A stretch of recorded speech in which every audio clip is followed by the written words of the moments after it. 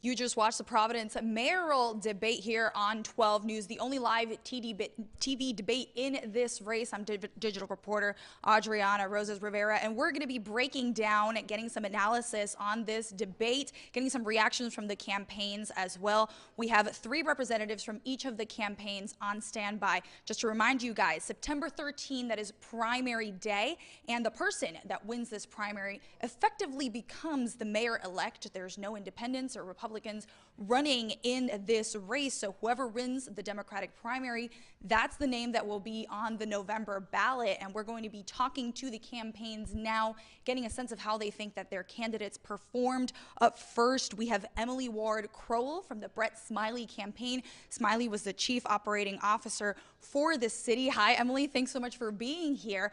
Just quick reaction, how do you think that your candidate did tonight? Yeah, absolutely. So I think it was a great debate, and we have 3 great candidates, but I think that it was obvious for all of us that Brett was the most prepared candidate on stage.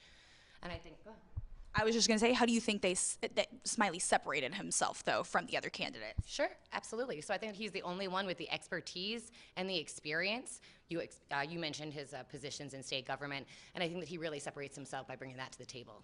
So is there anything that didn't come up in the debate that you think viewers should know about Smiley?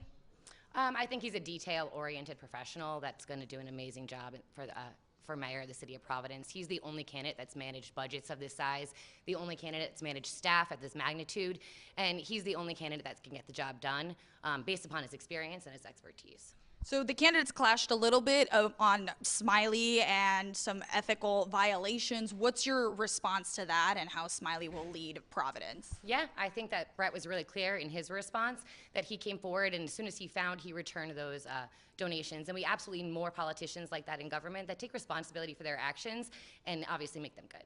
Primary day coming up in several days. What's next for the campaign? Yeah, absolutely. So we're working hard towards primary day. We've got a few more debates and forums, and I hope everyone catches them out to hear Brett's vision for the city of Providence. Sweet. Thank you so much, Emily. Thanks so much for being here. Now we're going to bring over the campaign representative for Nerva LaFortune. We have Matt Rauschenbach here. Hi, how are you doing? Good, how are you? So I'm doing good. How do you think that Nerva did in today's debate? So people are already in possession of their ballots, right? And when people go to fill out the ballot for who's going to be the next mayor of Providence, I think they have a clear choice to make.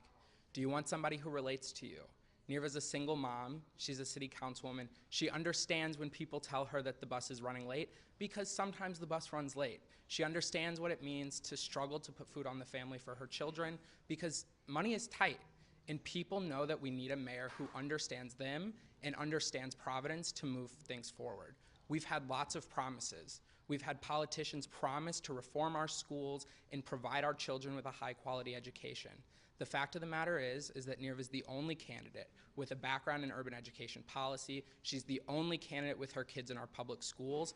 And for her, the most accountability that she'll have is at home with her 12-year-old daughter. So when people go to the polls, they know that they have a mayor that they can trust because Nerva's lived a lot of these challenges, and she's going to move the city forward. So you mentioned that Nerva's connected to the city, but she did receive some pushback on the fact that she doesn't have a lot of support from the current city council, not many endorsers. What's your response to that? Look, I think, people need to look at how these campaigns are being run.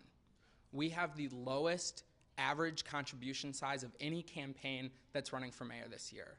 When we go to the ballot box, people are not going to be, their top issue is not going to be which person or which elected official endorsed who.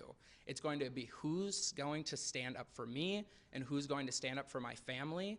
And I think that it's clear that, Nerva understands the people of Providence, and she looks forward to serving them as mayor. Councilwoman LaFortune is sort of perceived as the underdog in the race. So what's next ahead of primary day to secure her spot in this race? Talking to as many voters as possible. Go to votenerva.com to sign up to volunteer.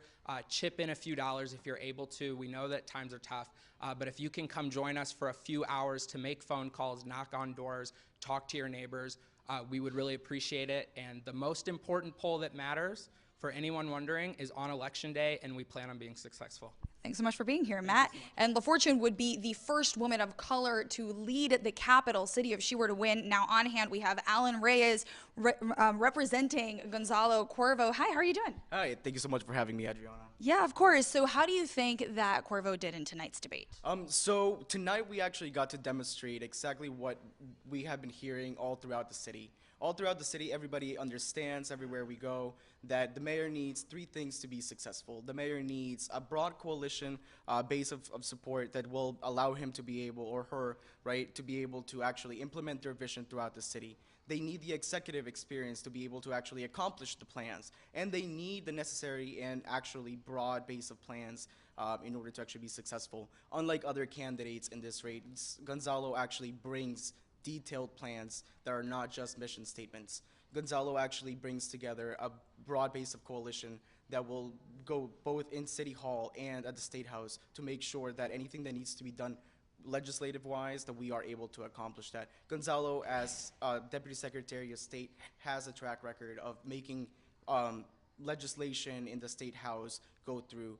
He has a track record of making people more successful when it comes to those sorts of things. So we're very, very excited. So Cuervo received some pushback during the debate on, he had moved to Cranston several years ago, moved back to Providence in 2019. What's your response to viewers who maybe think, he might not be adequate to represent us because he hasn't been living in the city for many, many years? So Gonzalo has been active in Providence civic life for the last 3 decades. Gonzalo did not participate in civic life in Cranston, right? And Gonzalo is very representative of what many of us are suffering today with the housing crisis. Like many people in Providence, they're being pushed out. I myself have been pushed out into Cranston, right? Rents have increased astronomically, and that's why Gonzalo has pushed forward a very strong vision for housing, and that's why we're very excited.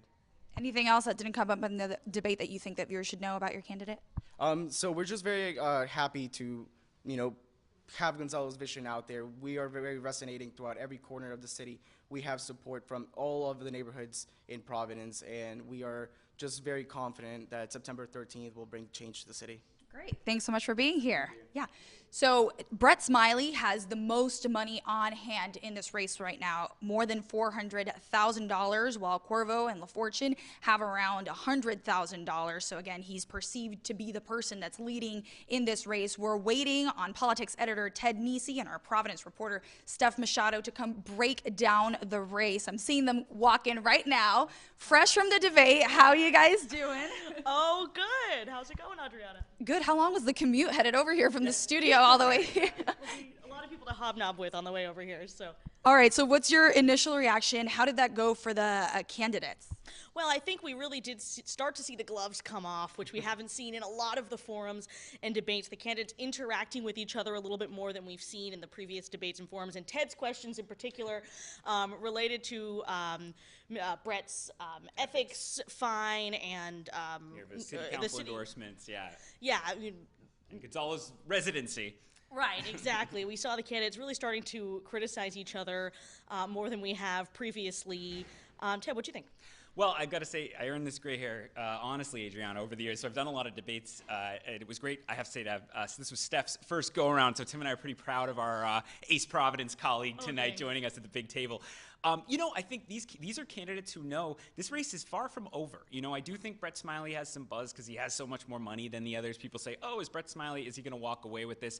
Mayor Lors himself did a poll showing Brett had not pulled that far away from them. And I think you saw tonight, Gonzalo Cuervo and Nerva LaFortune, playing for all the marbles. You heard Nerva LaFortune say explicitly to the viewers, I know people are saying I can't win this. I can win this. I'm fighting to win this race. So I think you're setting up for a really interesting final couple of weeks in this Providence mayoral race. And honestly, I would argue this is the second biggest job in Rhode Island. Rhode Island is a city-state. Mayor of Providence matters a lot, or almost as much as the governor. Did any of the candidates, and I'll give you a second now, Steph, did any of the candidates struggle on a specific topic? Maybe you can take this one, Steph. Yeah, I would say there were a couple we talked going into this debate that we really wanted to get concrete plans from the candidates so the voters can make a decision. One of the issues on rent control, we've got one candidate who has a proposal for, Gonzalo proposes 4% cap on rent increases. Mr. Smiley is very clearly opposed to rent control. Ms. LaFortune, I think, struggled a little bit. She says she supports rent stabilization, but she wants to run the models, didn't have a clear plan for that. So that was something that we were trying to bring out of the candidates that she might have struggled with a little bit. Another thing, though, Ted asked the candidates if they, what's your plan for the underfunded, unfunded pension liability if we can't borrow this massive bond that voters approved back in June? And they all did give answers. None of them are trying to cut benefits to the pensioners. But Gonzalo Cuervo said we need to perhaps tax our large institutions more. Brett Smiley says he wants to negotiate to get into the state pension system. And Nerva LaFortune said we need to look at some of our unused buildings, maybe unused fire stations, to try and drum up more money for the city. So they all had an answer on that one. And I also just think, Adriana, my big question as we prep for the debate and tonight was, are people paying attention? You heard Steph's story tonight at 5 and 6 on 12 News, talking to just average voters in Providence. Didn't seem like they were super clued into this race. It's not a criticism exactly. People are exhausted. We see this in every election this year, Adriana. COVID has exhausted people. The drama of the Trump presidency and then the Trump-Biden election. I think people are kind of tuned out. We had Sid McKenna, who's run races in Providence on Newsmakers last Friday. She said people are living their best lives right now. They don't want to hear about attack ads. They don't want to think about politics. But either way, a new mayor of Providence is effectively going to be picked 3 weeks from tonight. So this is really important and will set the stage for the next decade in the capital city. Yeah, and before we wrap up, the candidates did clash on a number of things, so I want to kind of hear from you on how you think each one handled that, and I can start with you, Ted. Cuervo received some pushback about having moved back to Cranston, Providence. His campaign spokesman said now, he's been involved in Providence this whole time. How do you think he handled that criticism? I think all of them, I thought came with, I always like to say I leave it to the voters, the viewers to decide for themselves, but I would say each of them seemed, to somewhat know those were criticisms that are coming because they've been expressed in the campaign trail. Frankly, the moment that seemed to knock them off the most was Tim White's pop quiz on a few of the key numbers that a mayor ought to know. I think you heard there, I was struck by Nerva LaFortune. She came out swinging. She made sure, our debate format, we don't have red-green buzzers about how much time you get. We let the candidates mix it up if they want to. She was ready to mix it up. I think she knows, if you're perceived as the third place person, second or third, you want to really make an impact in that debate, and I think that's what she was going for tonight. And Steph, you handled a Providence beat for us. What do you think about LaFortune? She was asked about not having a lot of support within the city council. Yeah, she pointed to the fact that some of those city council members are running for re-election, and so they might have their own political calculation for why they endorsed another candidate. That is her perspective on the matter, and she said, I'm beholden to no one. And so you see a lot of the members of leadership of the city council endorse Brett Smiley. Well, she often clashes with leadership, so it's not necessarily a surprise that those people would then not go on to endorse her. But the most important thing here is that voters can actually start voting tomorrow morning at City Hall. Early voting begins all the way until the primary on September 13th. So we hope folks who might have missed our debate go back and watch it on WPRI.com so you can help make your decision. And I will just give a plug that Steph has also done one-on-one interviews on Pulse of Providence, which you can get as a podcast or on WPRI.com with each of these candidates. So if you heard someone you're intrigued by, but you want to learn more about them now after the debate tonight, those interviews Steph did just in the last couple of weeks are all on the Pulse of Providence page on WPRI.com. And we just have a wealth of content because we are lucky to have an East Providence reporter. Yeah, we endeavored to ask different questions in the debate than we asked on Pulse of Providence, so people can watch all those, or they can listen to it as a podcast. That's right. And before we wrap up, Brett Smiley hit on the issue of the code of ethics violations. How did you think that he handled that response? He seemed a little stumped. Yeah, I think Brett Smiley knows he's going to get criticized by that, and he's a very disciplined campaigner. He is someone who has run campaigns, and he knows that you don't want to get thrown off your message. He got attacked a couple different ways on that from his counterparts on the stage, and he just went back to the same thing. I made a mistake. I apologize. I'm moving on. So we'll see if voters like that answer. All right, well, thanks so much for being here. And folks, you can watch the debate and the post-debate analysis on our website. We have a second congressional district debate coming up on August 30th. Thanks so much for being here, Ted, Steph. And that's it for today's post-debate analysis. I'm Adriana Rozas Rivera. Thanks for watching.